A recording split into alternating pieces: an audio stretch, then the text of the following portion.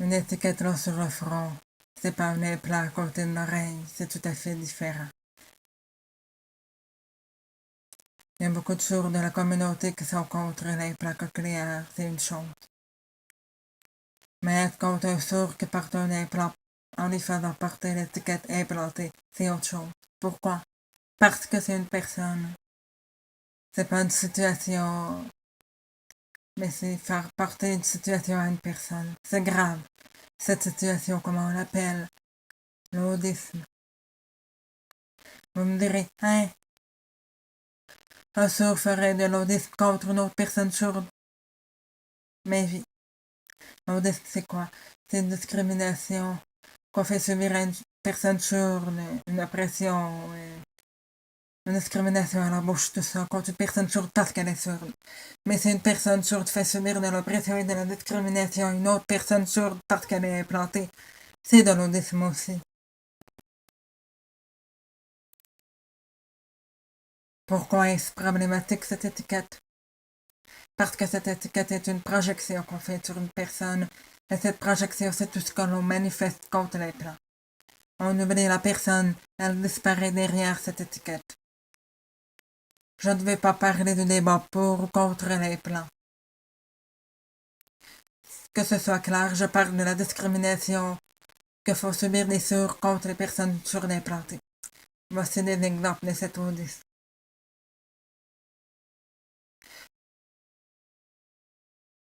Par exemple, les sourds organisent une fête.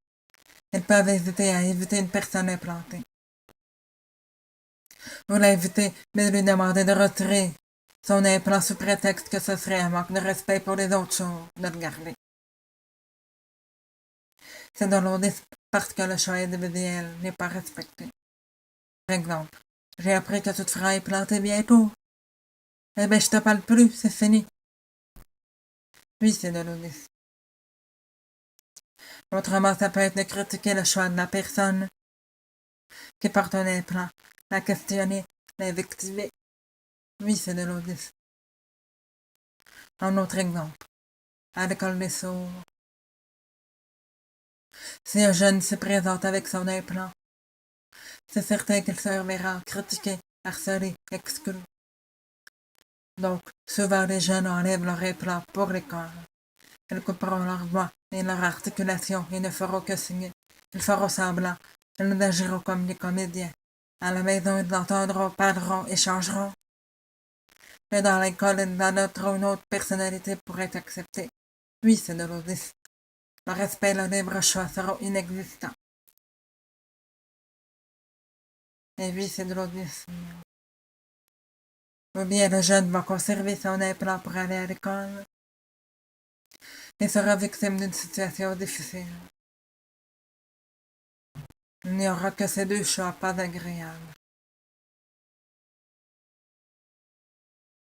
Un autre exemple. Un implanté aura envie de travailler dans la communauté sourde et enverra son CV pour une offre d'emploi. Plus que les compétences, les patrons et les employés sourds évalueront plutôt s'ils ont envie de travailler avec un implanté et cela prendra beaucoup d'importance dans la sélection.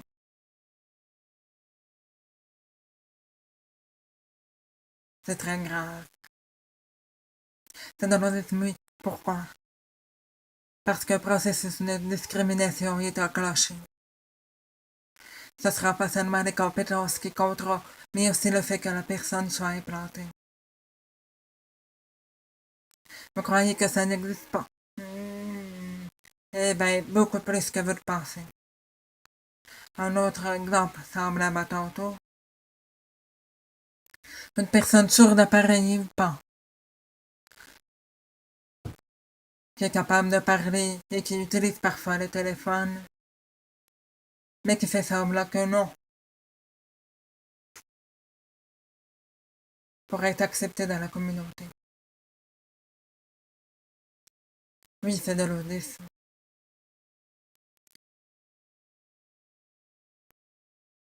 Un autre exemple.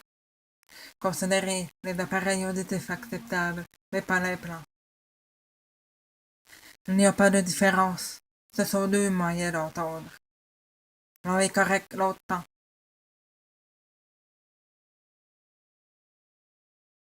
Oui, c'est de l'audisme. Un autre exemple. Dans une école de sourds, dans une famille de sourds, si un enfant sourd souhaite parler et ou entendre davantage avec un appareil auditif ou avec un implant cochléaire,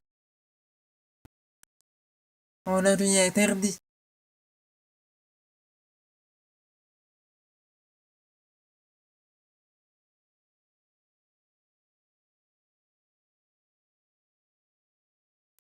Autrefois, on interdisait les signes dans les écoles de sourds.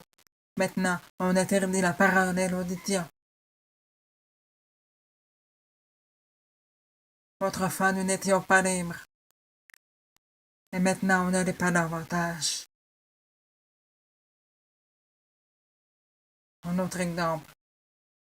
Une personne sourde et une personne implantée, les deux sont considérés comme amis. La personne sourde, non implantée, va considérer son ami implanté comme étant différente, pas comme une vraie personne sourde, et comme ne faisant pas partie de la communauté.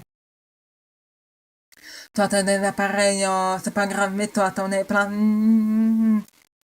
ça va établir une frontière entre les deux façons d'entendre. Il y a des bons sourds en haut de la hiérarchie qui prennent seulement la langue des signes comme moyen de communication. Il y a des sourds en bas de la hiérarchie qui ont un implant cochléaire ou qui souhaitent parler ou qui parlent ou qui ont un appareil auditif. À quoi pensez-vous? Pour moi, c'est incroyable et injuste.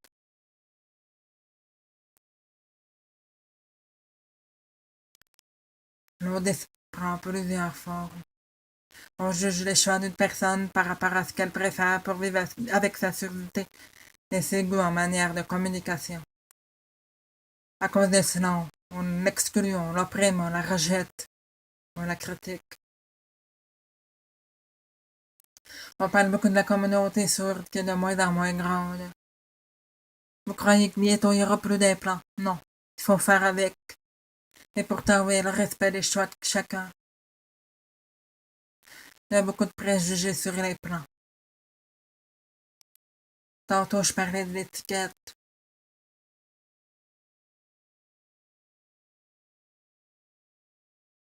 Si une personne est victime de cet étiquetage, elle va vivre du jugement, de l'exclusion, de l'oppression. Elle va se sentir angoissée, déprimée, exclue et non intégrée au sourd ou à la communauté sourde. C'est ce que vous souhaitez comme communauté?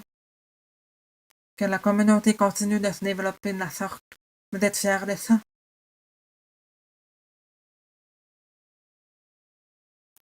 Maintenant, ce que je souhaite, c'est que chaque personne sourde se remette en question.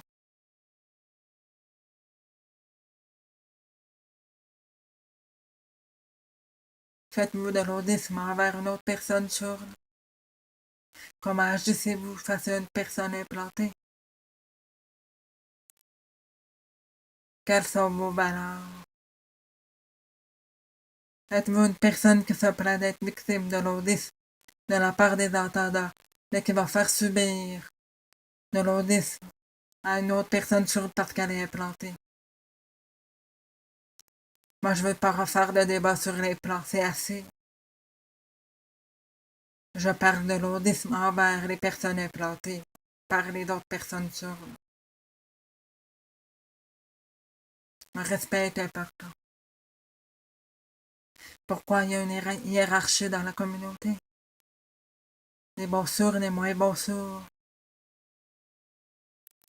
La richesse de la communauté ne risque-t-elle pas de diminuer avec cette attitude?